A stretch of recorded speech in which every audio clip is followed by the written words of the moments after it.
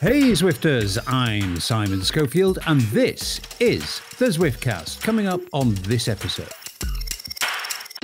Zwifting at the size of a house. It was just great to see the neighbours coming out and looking at what we were doing. They were just saying, wow, how good is that? First attempt, very intense. R.I.P. I think it may have disappeared, possibly never to return. It's a little sad. And the dangers of Zwifting in your shed with banging tunes. I heard a knock at the door. So I opened the door and there's two policemen. They say they've had a report that there's a party. Well, my friends, record shattered. No, not Peak Zwift. That's all done. We've moved on. More than 15,000 Zwifters in one event, namely the Ineos group ride or series of group rides.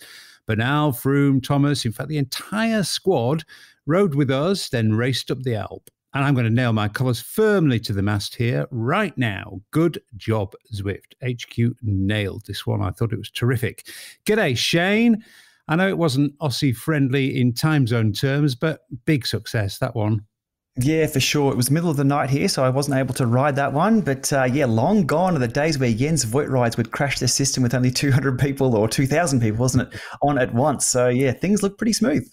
Yeah, went really well, I think, that one. And Nathan, yo, dude, I know you weren't on the mic. It was Rob Hatch and Matt Stevens. But the race stream, with one or two minor reservations, was a triumph, I thought. Knocked that nasty GCNB cool thing into a cocked hat. Yeah, I thought they did an amazing job. It was a ton of fun to watch, and I couldn't help but be a little bit jelly of Rohan Dennis's, 35 minutes up the top? Yeah. I mean, it goes to show what kind of rider he is, though. I mean, one-off super efforts are his thing, and that was almost to be expected, I thought. So hats off to him. Yeah, that was some ride, actually. And with Dennis being a relatively new signing to Ineos, I think he was making a little point to team management. I like him. Team management and teammates there. Anyway, more on that Ineos event in a little while. But first, a somber and sad note. A small piece of Zwift history has been wiped. We must say farewell to first attempt, very intense, a truly legendary Strava segment. It is no more, at least I can't find it. Shane, as most will know, Strava's taken action to tidy up the terrible mess of segments on Zwift, which is actually a great move. But first attempt, very intense. Has it gone forever? I can't find it. Yeah, I had a look again today for it. It's not there, so it's gone forever for us anyway. Now the creator of the segment will still be able to see it, but unfortunately we won't be able to. So it had a good run. I'm sure there were millions and millions of first attempts, and I'm sure they were all very intense. Nathan, I can't actually remember why first attempt very intense acquired its kind of legendary status. I mean, I think it was the misspelling of intense, wasn't it, with no final E? And I think it was also one of those, slightly Fort Bragg, I was a beta user thing. Hi from Ohio. Yeah. So there you go. That's all you need, I guess, right? So yeah, there's that. And then, I mean, what can you do with very intense? I mean, it almost sounds like an aisle at Walgreens I shouldn't be walking down, or at least be seen anyways. So we'll just leave that. You could do all kinds of things with first attempt very intense. I think that's also why it got picked up on specifically in ZVA. So yeah, too bad it's gone at this point, because we had fun with it. Yeah, no, we did have fun with it. But it was just one of those things. It just became a thing because it did, and no one really knew why. But yeah, seems to have gone. We'll talk later about Strava's move, which actually was a really good one. Okay, but before we do that, let's do this. Welcome to the Zwiftcast to Owen Newbury. Hi, Owen. Hello. So the reason you're on is like the mother and father of a Zwift project. For anybody who didn't see this, and it got over 2,000 likes on the Zwift Riders Facebook page, which I think is some kind of record. You took your trainer out into the garden and your projector, and you projected Zwift onto the side of your house. It was awesome.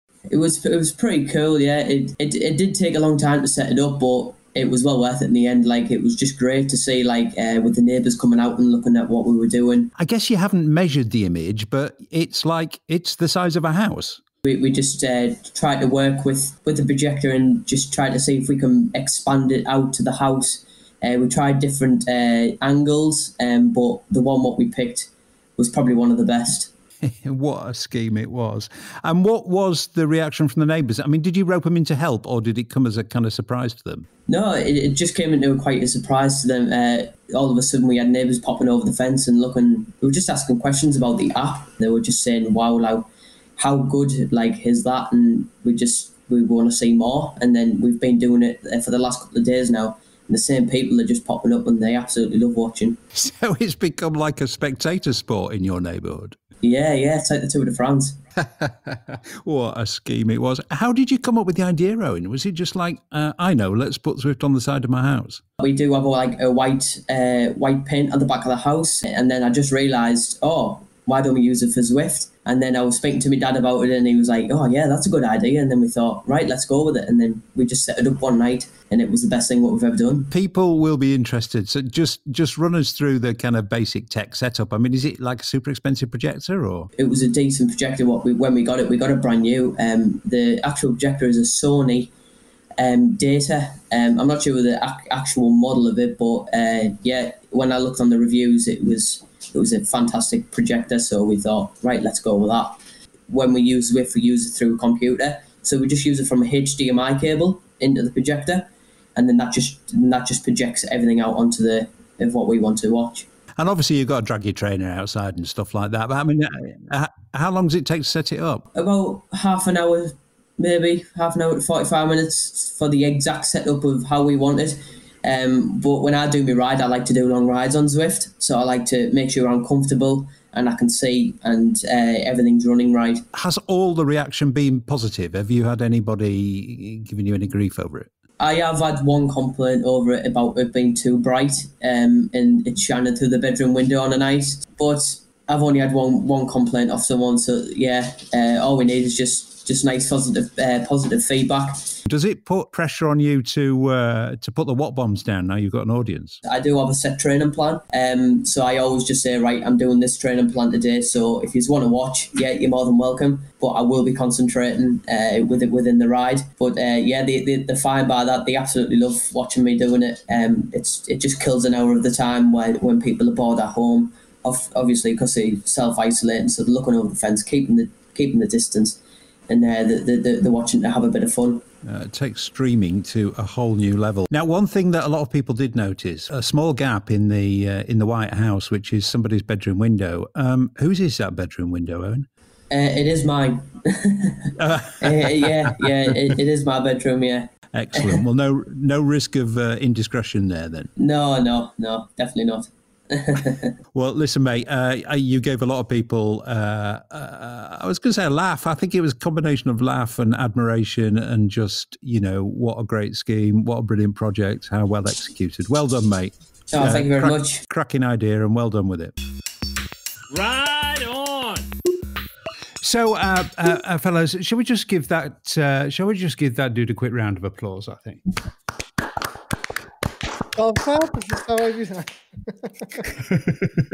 That was good. I particularly liked the idea of all the neighbours gathering around to watch him.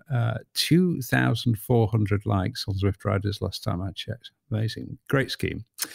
Okay, onward. The green cone of shame for sandbaggers. It's real. In fact, it's so real that Zwift's CEO has been flagged and coned. I don't know whether you two guys saw this. Eric Min got a message and recommended to ride in the A's after an out-of-cap performance in a B race. Way to go, Eric. Did you catch that one, Shane? I did indeed, yeah. So Eric has been sandbagging, or was he just testing some new functionality maybe? Well, I think we're going to have to give him the benefit of the doubt, aren't we? His excuse was that he was just in for a normal ride, but then he felt great, so he put a big dig in on the final sprint. Good enough excuse, do you think, Nathan?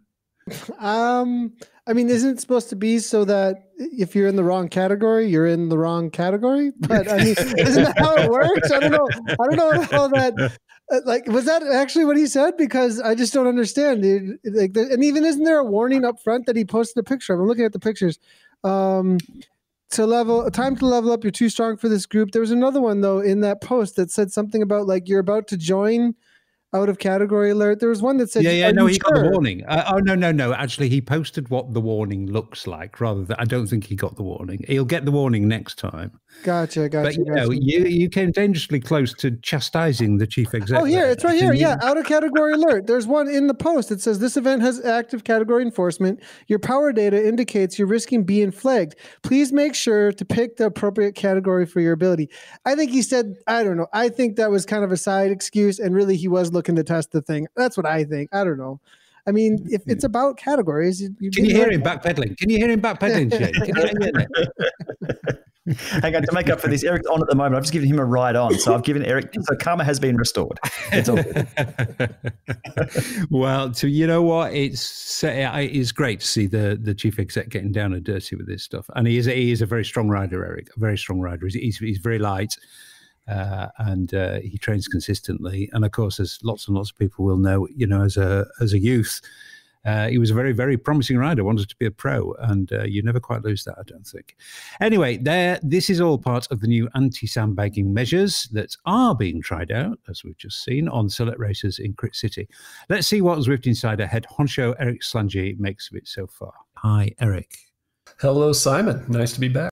Yeah, well, always good to have you. I must confess at this point, I've not actually ridden any races where the green cone of shame has been active, but you have. Quick reaction, Eric. How do you think it's going? Considering that it's in early beta and they're still dialing stuff in, I think it's good. What I've seen, it's an especially big improvement from what I've heard and from what I've observed, just dropping in on D races and C races, just observing them. It's really helped clean those up quite a bit. A couple things that I know they need to improve, and I'm guessing they will, apart from just dialing in those trigger levels, which is the secret sauce that we don't really know about. But apart from those, I think there's a little bit of UI work that still needs to be done. When someone clicks to join in game or in the companion, what do you show them in terms of a message? If you think they're sandbagging. So I think they need to dial those in, and that's probably just going to take a little bit of UI work. Then also the results, if you get coned in a race, when the results screen pops up and when you view results in companion, you don't see any evidence of who was coned or who wasn't. So that definitely needs to work, but I'm sure that they've got that planned. It's just a question of updating the app and all that stuff. Yeah, I mean, personally, I think if you do get coned with the green cone, you actually just, you shouldn't be in the results. I agree. And that's what they need to decide. The other thing I think they need to dial in a little more, and this, obviously Jordan is looking at this a lot closer than I am, but just from what I have observed in a few events, it seems like the cone isn't slowing riders quite enough yet. I see these B riders that are still staying off the front with the cone, and that'd be super frustrating if I was in a race. And then they show up ahead of them in the results in the end. Yeah, I think if I had to summarize the feedback I've seen within the racing community and the general community, it's that, this is good, but it just needs to be a bit stricter. Yeah, I think so. In almost all the races I've seen, and I've heard a couple other riders talk about this too, they've said that when the cones start flying, sometimes the messaging starts flying, because now for sure these guys are sandbaggers. They're cheating in my race. And especially if they're staying up ahead or they're pulling the group with that green cone, the messaging starts to maybe get a little bit abusive, a little bit negative. Fruity, saucy, spicy. And I'm sure that is not what Zwift wants to see in their game. So I'm thinking actually that they're going to realize that this green cone idea is going to be inviting abusive messaging into the races.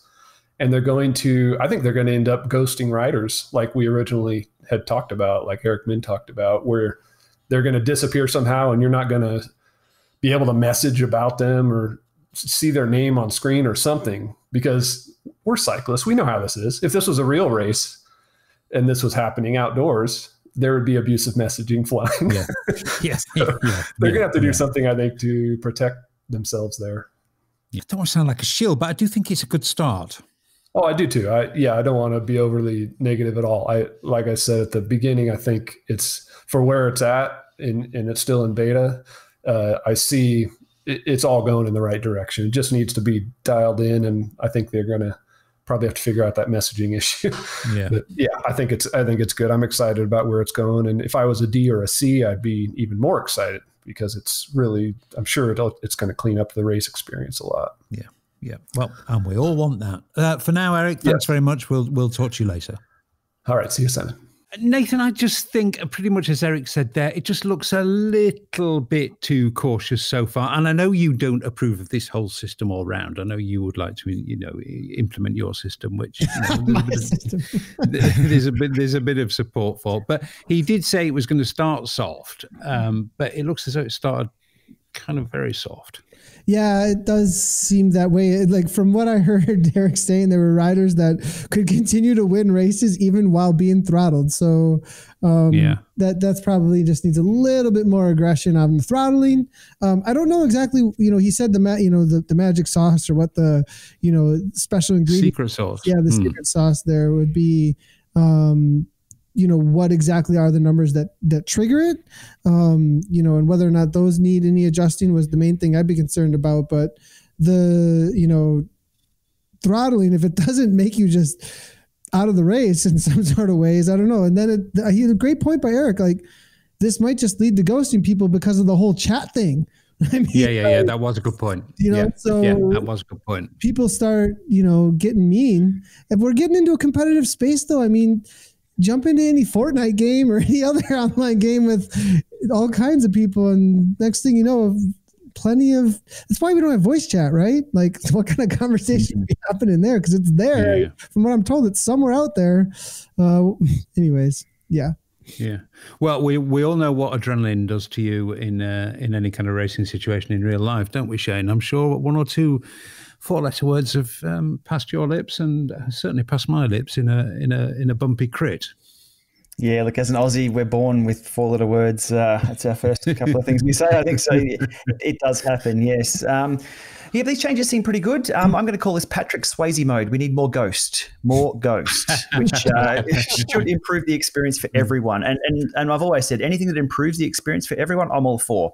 So if we can get this as a small step first and then introduce more Patrick Swayze mode, it's all good. Yeah. I mean, the thing is, if it is to make progress quickly and be credible and maintain the support it's got amongst the community, the changes that need to be made, they need to be made fairly quickly, don't they? Yeah, for sure. With the recent influx of riders coming in, especially competitive cyclists coming into Zwift for the very first time, we see today the announcement of the Australian National Road Series going to the esports side of things using Zwift. You're going to have some pretty tough races on there, but they want things to be even and equal and people to be all in the right zones. And for when the fans jump on, not just the top end races, the fans who are in the C, D, and E categories to jump on and have their own competitions as well that is fair. These things need to be rolled out across the board for sure. Yeah. Well, you just new power up when they see the ghost. He's got a Patrick Swayze. He's got a Patrick Swayze. Oh, he's going Patrick Swayze mode. I was surprised at that reference, actually, Shane. That's a really old movie now, isn't it? A really old movie. I'm showing my age, but look, they're rerunning all the old movies here recently, and I think it's been at least 24 hours since they last run Billy Madison and Happy Gilmore. I think we're due for those as well. So, yeah. But look, it's all about the obscure references. I think was it potatoes last week? Now Patrick Swayze this week. It's what's next week? What are we going to? It's a whole new language. Okay, let's talk a little bit more about the Ineos event of last weekend. A couple of things to emerge, which I'm going to discuss with these two in a minute. But first, another burst of Eric Stangier. Legs recovered from the Ineos exertions, Eric? Oh yeah, it was a Cat C ride, and I wasn't pushing nearly as hard as you were, sir, Mister pinning it out the front.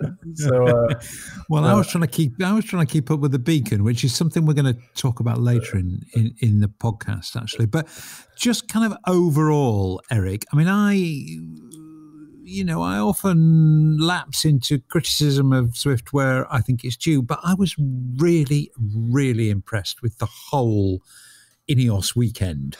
I was too. Massive numbers of riders. They said it was a record turnout for I assume it was for the combined 3 events. As I said, it was, I think, 15,530, I think was the number I heard.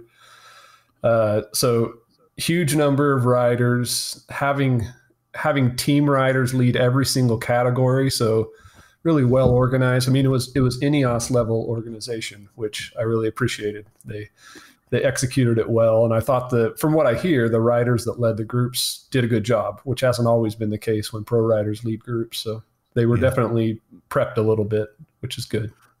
It's an interesting point you make there, actually. And, INEOS, when they commit to something like winning the Tour, they throw everything at it. And I do get the sense that because they'd committed to lending their name to this series of events, there was no messing about. The riders knew what they were doing. They'd obviously had some kind of educational process on Zwift, which sometimes, to be, with the best will in the world, you don't see that with pro riders. It had the kind of stamp of INEOS team management all over it. Yeah, I agree. Had a different feel than a lot of the pro level events even that we've been seeing. Just seemed a little more polished. Yeah. Completely agree with that. Just on these kind of weekend events, I mean, hesitant though I am to mention Peak Zwift, it looks as though kind of Peak Zwift has shifted a bit, really. I mean, we might still see Peak Zwift on Tuesday, but the weekends are looking more and more and more important as we talk about a world in lockdown. And I certainly now look forward to my weekends if they revolve around something cool to do on Zwift. Are you finding that? Yeah, I am. I've observed the same thing myself personally. It's typically on a weekend you go out and do something, but you can't go out. So it's my weekday schedule is kind of the same as it's always been, but the weekends it's like, well, might as well. Now what? Put in a 6-hour ride. And Sunday's the new Tuesday for sure. Yeah. Okay. Well, I think we're both going to give that 5 stars, aren't we? In that sea ride, where did you finish in? I don't remember the placing. Were there even placings on it? No, there weren't placings. You had to kind of call it based on where you thought you were in proportion to the beacon. Yeah. At one point I was with the beacon, and I think I even ended up maybe in front of him at the end, but I know because I glanced at your times on it, and you were at least a few minutes ahead of me at the end. So, I mean, it was a giant group. But I started way behind the beacon because I joined with only, I think there were 5 minutes left, which meant I was 6 miles behind the beacon in this massive group. But that was fun. It was just supposed to be an easy ride for me anyway because I had done a metric century the day before. So. Wow. I must say, I did set out to hammer it. And then when I saw that sub 30 for 2 laps of Watopia Flat was in reach, I did go for that, which I think was possibly a new record for me, being fat and old and slow. Eric, for now, thanks very much. Hey, my pleasure. Okay, a couple of additional things to explore with you two. A little bit more generic, because I know you two weren't massively involved, probably not as involved as Eric and I were for kind of time zone reasons and other reasons in the INEOS race. So let's just pick up a couple of things. On the group ride stuff, I mean, very little noise in the forums from Zwift, from people running Zwift on potatoes, which was good. And I do just want to reiterate praise for Zwift for these kind of events. Pretty much all the reaction I saw was positive. And, this is just the kind of thing we need right now, those kind of events. That said, there were minor outbreaks of whinging about pace. But here's an interesting thing I noticed. And maybe this has been going on forever and I've not been paying proper attention. But I noticed this. The INEOS riders, in my experience, were actually generally holding the advertised pace really well. But despite this, the beacon appears to be well ahead, which just kind of encourages people to push on. But in fact, as far as I can see, the gap to the beacon can be something of an illusion because Zwift is only drawing the 100 riders nearest to you. So in these really big group rides, the riders around the beacon can be invisible because they're not in that 100 nearest to you. And that obviously depends where you are in the pack. So that means it looks as though the leader is pushing the pace, but they're not. Have I got that right, Shane? And it's a really weird quirk if that's the case. Yeah, I've seen this happen in large rides as well, where the beacon is really, really far back and it looks like they've been dropped, but that's not the case, because what happens is, as you said, you only see the nearest 100 riders, and that's really limiting. And more so, you'll see this if you've dropped into the start of a race with 3,000, 6,000 riders on the pier, you'll be this very small blob. But you'll be, put 50 meters or so virtually back. And it looks kind of weird that you're just seeing the only 100 riders, where in fact there's 30 or 40 of those little blobs of 100 riders on the start line. So it doesn't really represent what's taking place. Now, in real life, I've raced tours with 100 riders in the bunch, and I've been on start lines of large Fondo events with thousands and thousands of rolling out, and they're very two different experiences. And these massive Zwift events are just lacking a little bit of that feel of these massive events. We can see the numbers on screen, and we can see the nearest 100 riders, but we just don't see the thousands when we use the other camera angles. So I'd love for Zwift just to draw maybe just a little pixel or something just to identify how big these bunches really are. I think it would really surprise people to know there are 30, 40, 50 of the little bunches that they can see really there on Zwift with them at the time. I mean, they're drawing 100 closest riders for very good reasons, aren't they? Not unrelated to potatoes, actually, in some cases. But when that excellent reason then sort of interferes with gameplay because it produces that quirky effect, that is a bit weird, I must say. But I'm not sure I see a really easy solution to that on like dynamic moving big group rides. Do you, Shane?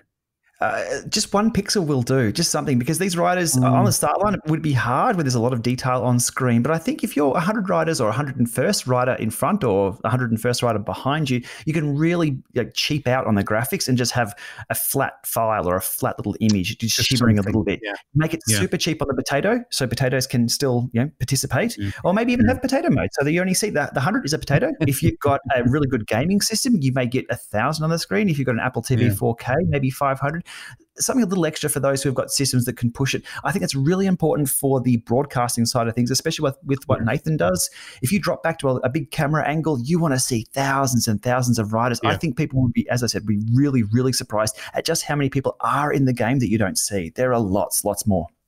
Yeah, that'd be nice. That'd be nice actually to write some more on, because we got in broadcast we do have some pretty nice rigs, and it does kind of stink when when there's a large A group and you want to see all of those riders, and some of them are popping in and out. It would be nice to see a few more for sure. So I'm with you on that, Shane. I have to tell you, boys, in a weird piece of synchronicity, I've got the script on the screen in front of me, and a message just popped up from my dear wife, who's always thinking of me and particularly my stomach, and it was a recipe for tonight for potatoes. Does she want to watch Ghost at the same time? Maybe. We'll be lining up here. Seriously, it was. She said, "I'm going to have these potatoes tonight. Why don't you?" She must. Maybe she's listening. Who knows? Anyway, on to the racing. I'm going to push hard on something I've thought about for ages, and I think was completely proved on the Ineos race up the Alp. The watchability of these races is improved out of all recognition if the fields are small. With small fields, you can actually follow the action without being some kind of deep in the weeds Zwift nerd. There's no massive jostling riders, which, to be honest, to most people is just hideously confusing. And small fields make the actual coverage of the race just a whole lot more practical. I mean, it makes the story of the race easier to tell. You know, people don't get lost. They know where they are, even if the cameras aren't in exactly the right place at the right time. I'd like to see, Nathan, I would like to see a maximum rider limit of 25 on all big, high-profile streamed races. Tell me I'm wrong. The first thing I'll say is we already do that in real life racing, actually. Like, you kind of turn it on the tour. If you're really, really nerdy and involved, you'll watch the whole thing through. You wait until there's a separation, and then you watch who's who. That already happens, right? And like, if it's a sprinter stage, you kind of tune out and you watch the end because you see who's who. The last 5 riders standing are the ones who make it in that last split second. It's kind of cool when you see them winding in the last few K, but so we really already do that with how we watch it. So I'd agree with you there on bike racing in general. I would say that we would want to make it a round robin tournament style, like we see in a lot of the Defense of the Ancients or MOBA style events, or even CSGO events, where the round robin makes it where it's pitted against riders against riders against riders against riders over and over again. We have seen that in some of the Zwift beta tests where there were multiple rounds, one after another, with only certain riders invited in. I really think that would be the way to go, so we weren't excluding any, and we could have all day long esports then too, like we see in the other esports with continual competitions on these courses. So I think that's a really good point. And it's just the way that we need to keep the action so that we can talk about who's who and tell the stories and watch the story unfold and head-to-head racing more and more. Well, I just think it's particularly pertinent at the moment because you're getting, I don't know what the final numbers were on that Ineos stream. I mean, it's just so opaque. It's almost impossible to tell. But, I'll bet my last pot of chamois cream that was probably the biggest ever streamed race on Zwift, probably hundreds of thousands of views by the time everybody counts it up across various different platforms. Anyway, the point is there is a large potential audience there right now. And if you present them with the average Zwift streamed race, which is like, 200 furiously jostling pixels, the newbie to that is going to be like, WTF, what am I watching here? Anyway, want to think about, and you're right. I think one other thing there, Simon, is we don't have good team identification right now, or identification of riders. So if there were, like, I'm thinking, why does football succeed? Why, these other things with masses of individuals? It's because the team identification becomes the thing and not the individual so much. Whereas individual sport, then, and it is a little bit more individual in the Zwift world right now. There are teams, but they're just not well identified. They're not well branded out there. There isn't a way to really cheer for them just yet.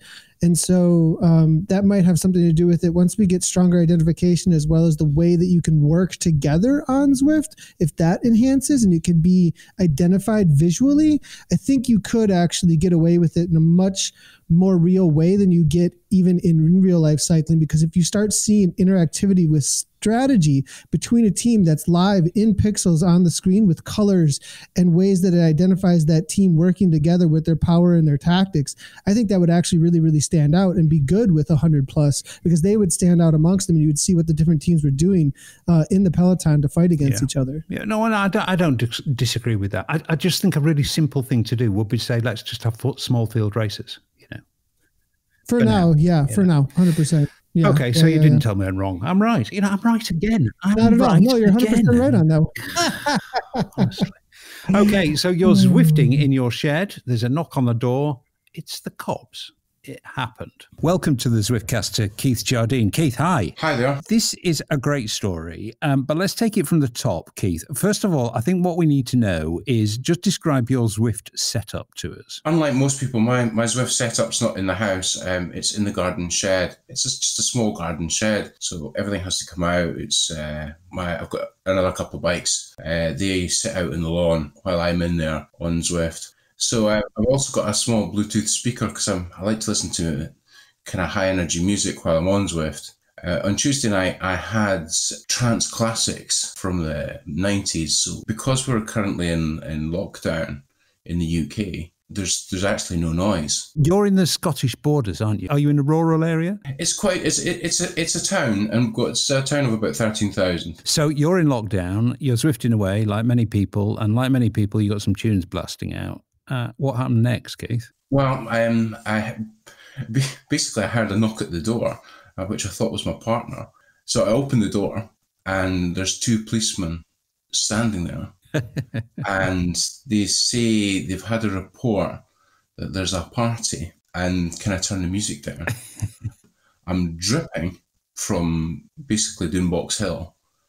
And they just look at me and laugh. And I look at them, and I'm like, oh, I didn't realise, because the music was that loud.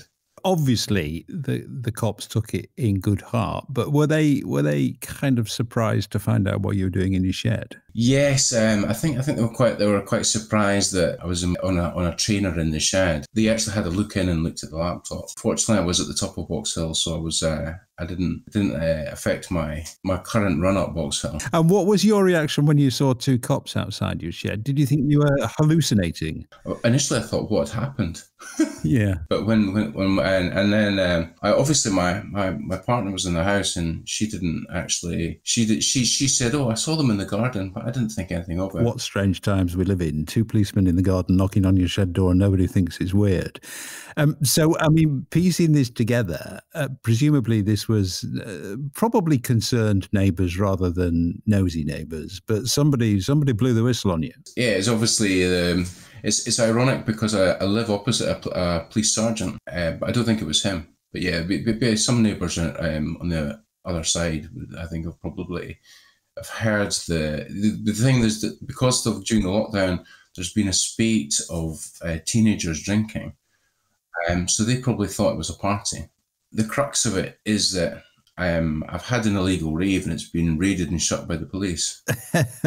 Can you remember what was playing? Yeah, it was Faithless Insomnia. It's a kind of classic early 2000s track.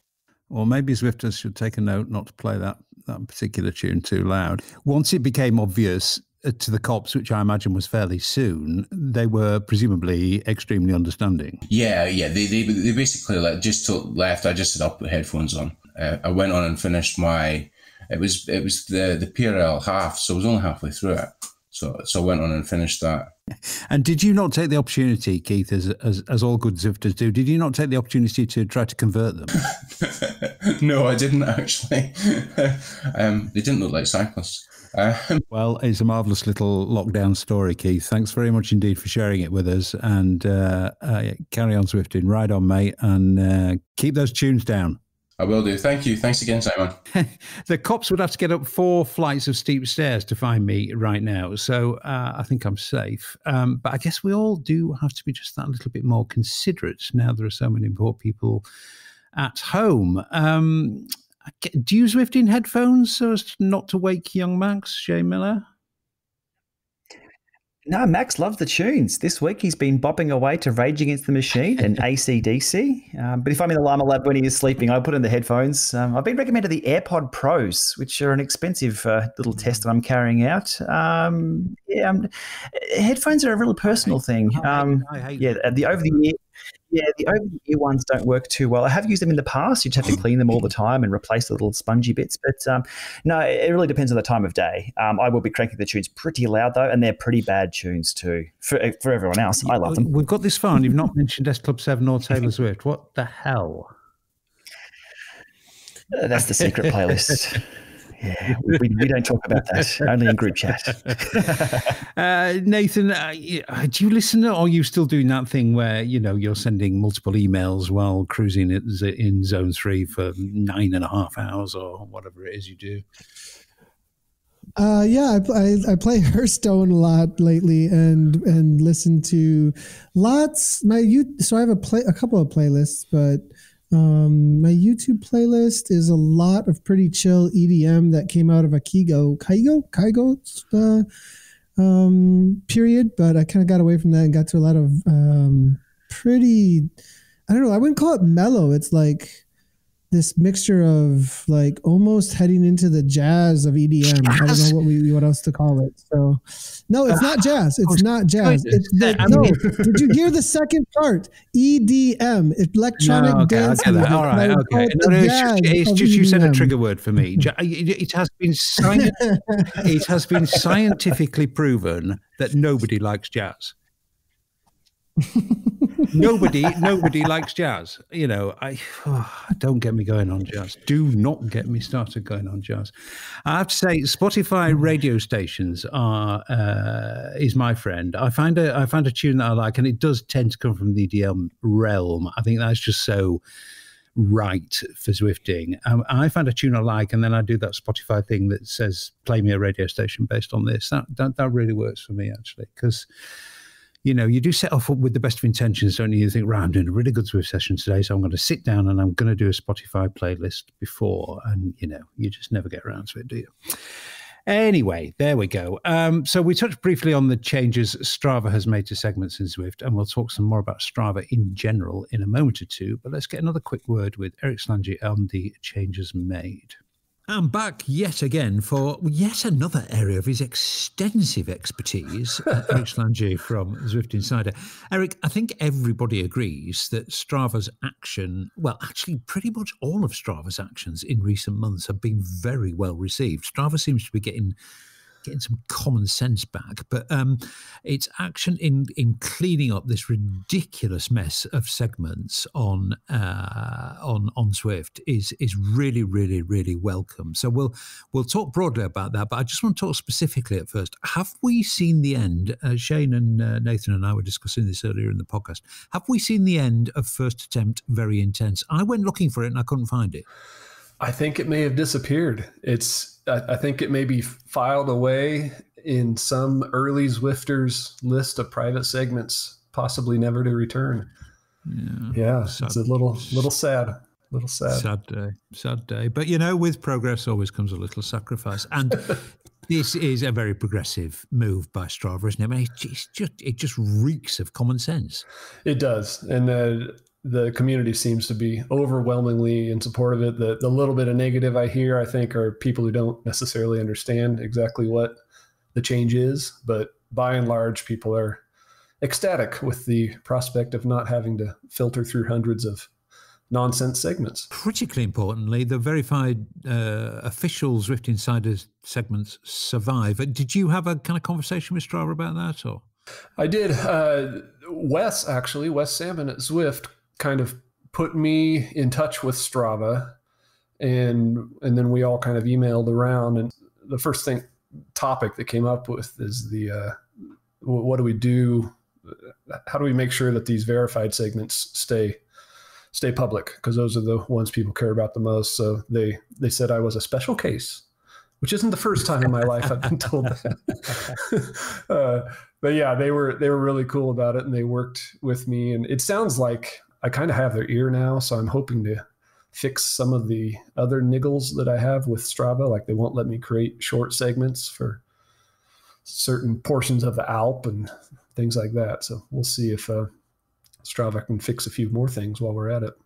Yeah, we're in a very privileged position. So, if anybody really, really wants to create a segment, they've got to bribe you to do a Zwift Insider verified segment. It might be.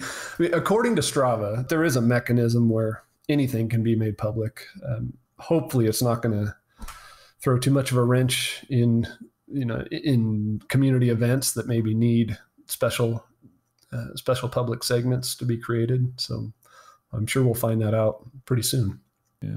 Well, whoever's running Strava has been overdosing on common sense pills, and in recent weeks. I agree. Yeah, it's been good. Yeah, very good to see. And no doubt we'll be hearing from you in future episodes. But for this episode, thanks very much indeed for your scholarly and considered contributions, Eric. My pleasure, Simon. I'm sure I'll talk to you soon. Shane, as I alluded to in that chat with Eric, somebody has been dishing out in very large quantities the sensible pills at Strava, not unconnected, I don't think, to the return of the founders to the company in like proper executive roles. I mean, they've just really sharpened up their act, haven't they? I've got to say, Strava have turned a corner. Yeah. It's kind of a bad dad joke, I guess, given they're all about navigation and routes. Look, hating on Strava was a cool thing to do for a while because they were just restricting. The features coming out from Strava we're taking away the API, we're taking away this, we're restricting this. GDPR probably had a lot to do with that, plus some privacy issues with secret army bases being found by people doing heat maps and things and runs around and uploading.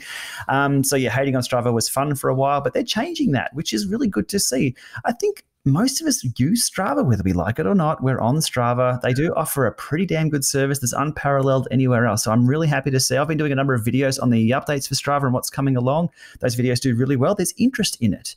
So it's good to see. I'm happy about the positive changes made there for sure. Well, they're listening. I mean, I'm sure these companies, they always say, why you listen to the community? But, Strava were particularly tin-eared, I think. And they do now seem to be genuinely not only listening to people, but acting on what it is that people want, which, that's a quick way to get yourself re-loved. And hell, we all loved Strava when it first came along. I mean, what a game changer Strava was.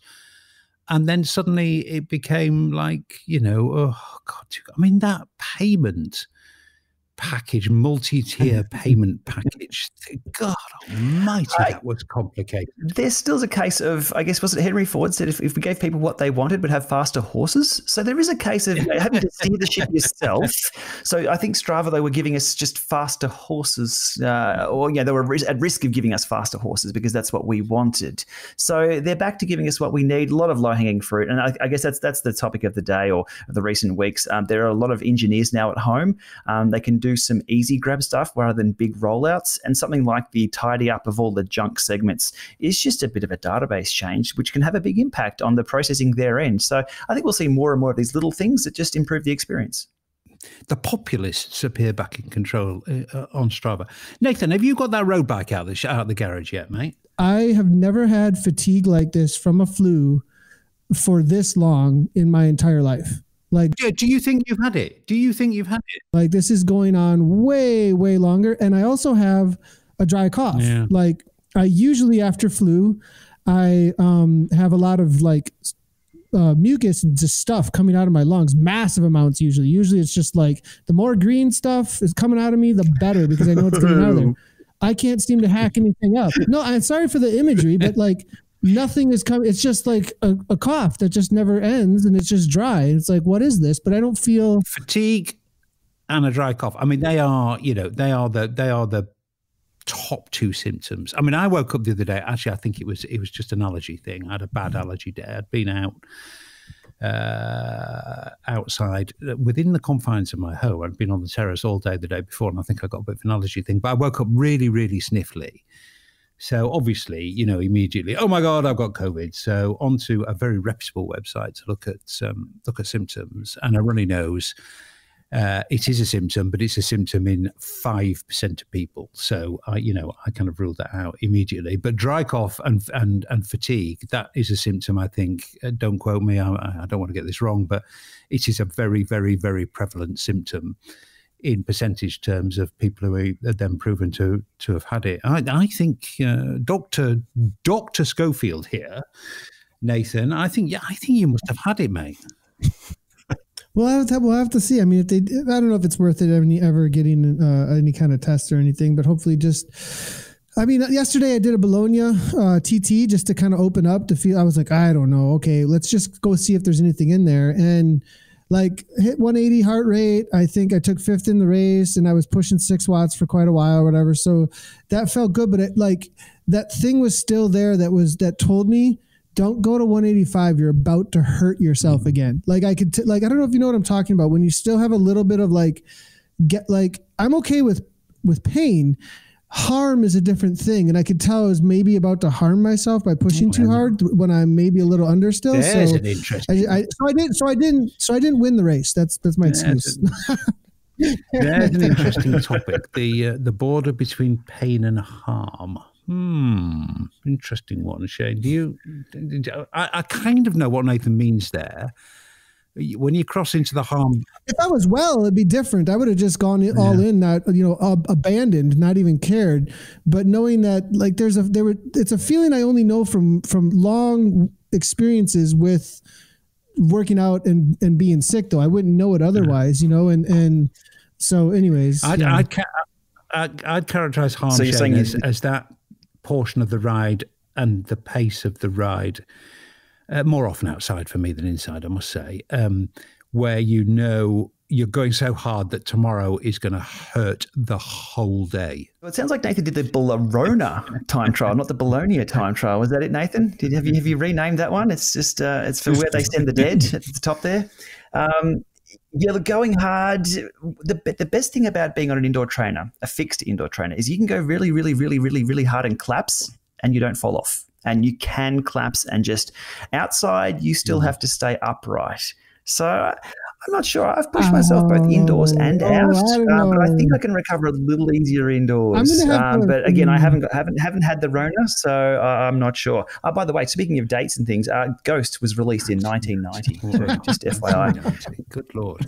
Okay. So this is not just straight excuses. Like, oh my gosh, I've got to I've pushed myself inside out. I mean, come on, really? Like I'm saying that there's when you're sick, like there's a knowledge in the body that you know that you are taking from resources at this moment that your body is using to protect something else.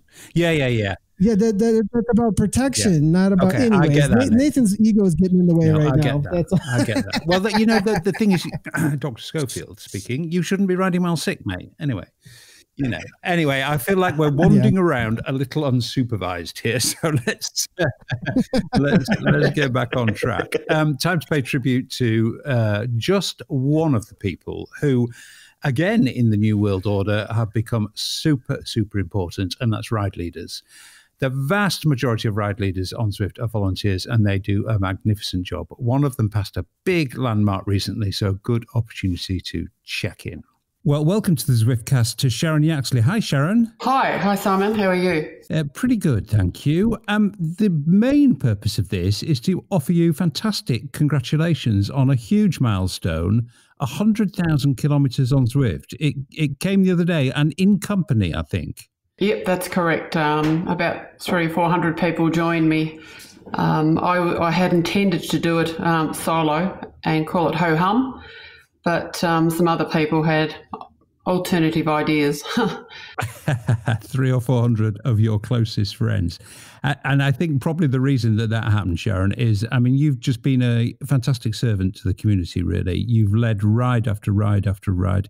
What do you get out of it? I like to help people, and I like to see people realise that they have a lot more depth and strength than they actually give themselves credit for. And I've had to learn that myself, that I've actually got a lot more capacity than a lot of other people or myself ever thought that I had.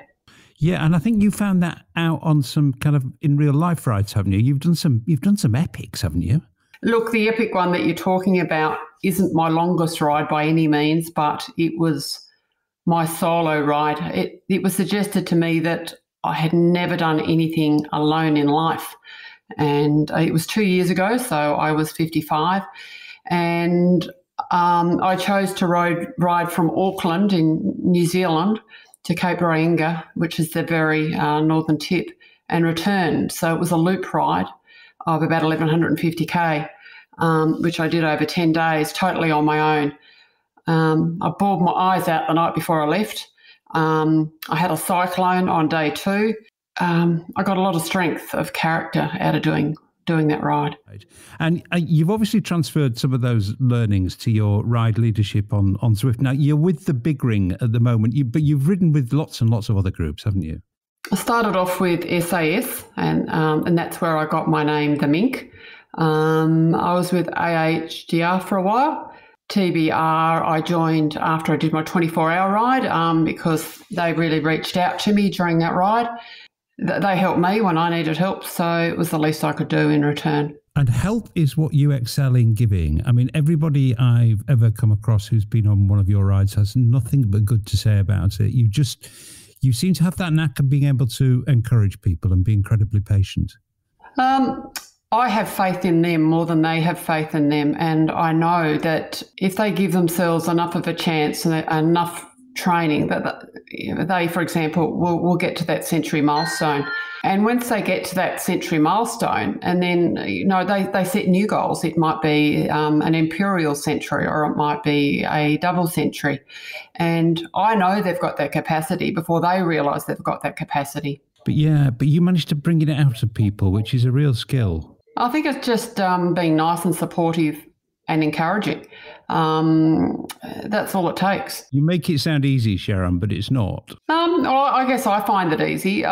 Maybe it comes naturally. And that was really what led me to do the Mink Centurion ride. I knew that there was a market out there for a so-called slower century ride, but if you could get enough decent riders to group together to support slower riders or newer riders, you could actually help get them to their century because the draft on Zwift is, I find, particularly strong. Well, you've got a fantastic reputation as a ride leader, and if anybody comes across Sharon or the Mink, as you're often known on Zwift, and you're a bit of a newcomer, I'd really suggest you join in because you get people over the line, Sharon. And I guess you more than most are seeing some of the consequences of all these new Zwifters coming on. Oh, wow. Yeah, it's just it's something else at the moment. The numbers on events are quite extraordinary at the moment. Unfortunately, the plague, the virus, has rained on your plans for summer. I think you were going to do something big in Italy. Yes, a couple of weeks' time we were flying to Rome, and we were heading out to Corsica for about 12 days, where we were cycle touring, carrying our gear, and from there we were both heading to northern Italy, where I got a gig with Italy Bike Tours for the last 12 days of the Giro d'Italia, supporting riders there. And from there, we were going to head to Switzerland, where one of my children lives, and do a little bit more riding. But, that's out the window. And I think our plans for Christmas, which were circumnavigating Taiwan, might be out the window as well.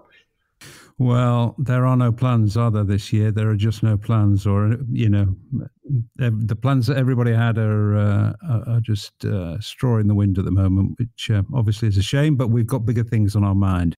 On to happier matters, and you, as I say, you're one of the most popular, consistent and helpful ride leaders, and that 100,000 kilometres is a real achievement. Lovely to have you on, Sharon. Thanks very much for your time. Thanks. Thank you, Simon. Well done to Sharon and all the ride leaders on Zwift. You all do a great job. Okay, that's almost it, fellas. Again, little housekeeping. I said on last week's episode that we'd have a senior bod on from Zwift leadership. That will happen, but not till probably next week. It's been delayed for some very good reasons. More on that next week. Okay, boys, just before we go, I just want to check out live. I know we're all in front of machines that are not potatoes and do connect to the internet. I just want to check out live a terrible rumor I heard. I heard a rumor. It started on Zwiftcast listeners, actually, which is not normally a place of unsolicited and unfounded rumor. Which was a global shortage of chamois cream. I mean, really. Can things get any worse? So is it true? I'm going to log on to my provider of choice. I'm going to ask you to do the same. So there'll be the sound effects of keyboards clacking for a moment. Right. Wiggle. In the UK, there is no chamois cream. Nathan. Let's see here. I'm trying a couple different. I guess I'll just try competitive cyclist. Yeah, it looks like we've got Muck-Off, ASOS is Castelli. Here, let me see. Castelli says, if I want to add the cart item in stock, Castelli's item in stock, ASOS, item in stock. American asses are safe. We can sleep easier in our bed in America. Shane, how about Australian bottoms? Just pulled up one of the popular websites here to purchase things online, pushies.com.au. Fully stocked. It's all good. It may be that we all use Vegemite anyway as chamois cream, so no one's buying this stuff. Maybe this is a UK thing. So good. I'm glad, because I don't want to be starting panic. That really would be serious if the world ran out of chamois cream. Okay, that's it. Just a quick survey of other activities. Shane, your channel, I assume, is healthy and happy over on YouTube. Yeah. Look, the last 3.5 years of content that I've uploaded is going crazy at the moment. Lots of people getting on board for the first time, or wanting to know more about the hardware they have to get set up properly to get on Zwift. People may have an old trainer but just haven't got it all hooked up. So a lot of the content that I've uploaded for the last few years is going really well. Also, the live streams are becoming very, very popular. It must be that people are at home not doing anything at all. So I've done a little video on how to set up a live stream, just the basics, which covers having good audio, good lighting, and a step-by-step guide on how to get yourself onto Twitch, which is really, really easy to do with the hardware that we have. But don't try this at home with a potato. Your live stream of the Alp was pretty popular, wasn't it? But no wheels. Tell me about it. It's becoming a theme. So I at the top of the Alp, if people aren't aware of it, if you haven't gone up the Alp, I think everybody should go up the Alp. There's a spin wheel at the top, and there's a little, it spins automatically, and you're assigned a prize at the top. The lightweight Milesteins are the wheels that everybody wants, that everybody apart from me has a set of, and I do not have it. I've been up 13 times now. The other day I thought, let's go up there, we'll get the wheels. And then it didn't happen. And then Von was standing next to me on the live stream and has let out "Oh my word!" And she gave me hell, and everyone loved it. So last night again, I clipped in round 2, tried it again. I got the damn helmet. So we'll be clipping in probably tomorrow night again. I found a good time of day that works. Most people in the UK love to watch people suffer. So tomorrow night I'll be clipping in, going for the 14th ascent. I want those wheels. You are preparing yourself a real bed of nails there, Shane, because you're going to have to keep doing this until you get them and doing it live, you know. It's a bit of fun. It's good reason for motivation. And I guess the reality check is we all need a bit of motivation at the moment to do something. And for me, yeah, it's hard riding up, but I'm doing it at 100% training difficulty, so I'm not messing about. But it's good motivation for me to, I guess, it takes me at least an hour to get up there doing it at the pace that I'm doing it on the live stream. But it gives people an opportunity to jump in, have a chat, talk all things bike or where they're at. And little Maxwell pops in with his feet every now and then, and gives me some encouragement. So it's a lot of fun. People are asking on Zwiftcast listeners, who do you want to watch someone suffer on a bike? I'm the same. Who do you want to watch that? But if you're interactive, there's questions, and you watch me have a bit of a PG rant at the end of getting a helmet, then, yeah, drop over to the channel. We'll be going for the helmet or gloves or socks or something again soon. It'll be the gloves. It'll be the gloves. Nathan, I see you published your schedule just a few hours ago. You looking after your voice, fella? Yeah, I mean, we're going good. It's lots of fun. I mean, most commentators in esports go 6 to 8 hour days, you know. So I mean, we're an hour at a time, and it's going well. It's going really, really well. Having lots of fun with it. Lots of racers showing up. That's for sure. And we're adding new streams every day. So if I'm not in a stream, it seems like I'm in a meeting about more streams that are about to happen. So that's kind of where things are at. Wow. So that's good news. Good news. Zwift Community Live is where you want to be if you want more Nathan, and more Nathan is always a good thing. Excellent. Thanks, boys. Another highly entertaining hour passed. Not many hours left in the day now. And then another day in lockdown will be done. Sorry to sound fed up, but I am just getting a fraction fed up now. But, you know, it'll be over before too long, and there are people in worse positions. So shut up and get on with it, I think, is the answer there. Thanks very much, boys. Talk to you next week. Goodbye. Cheers, guys. Bye. And just the usual housekeeping spot part 2. We are terribly grateful to Zwift, who continue to support the Zwiftcast in a most generous way. But that doesn't mean they get to say what goes in it, because we do that. Thanks for listening. See you next week.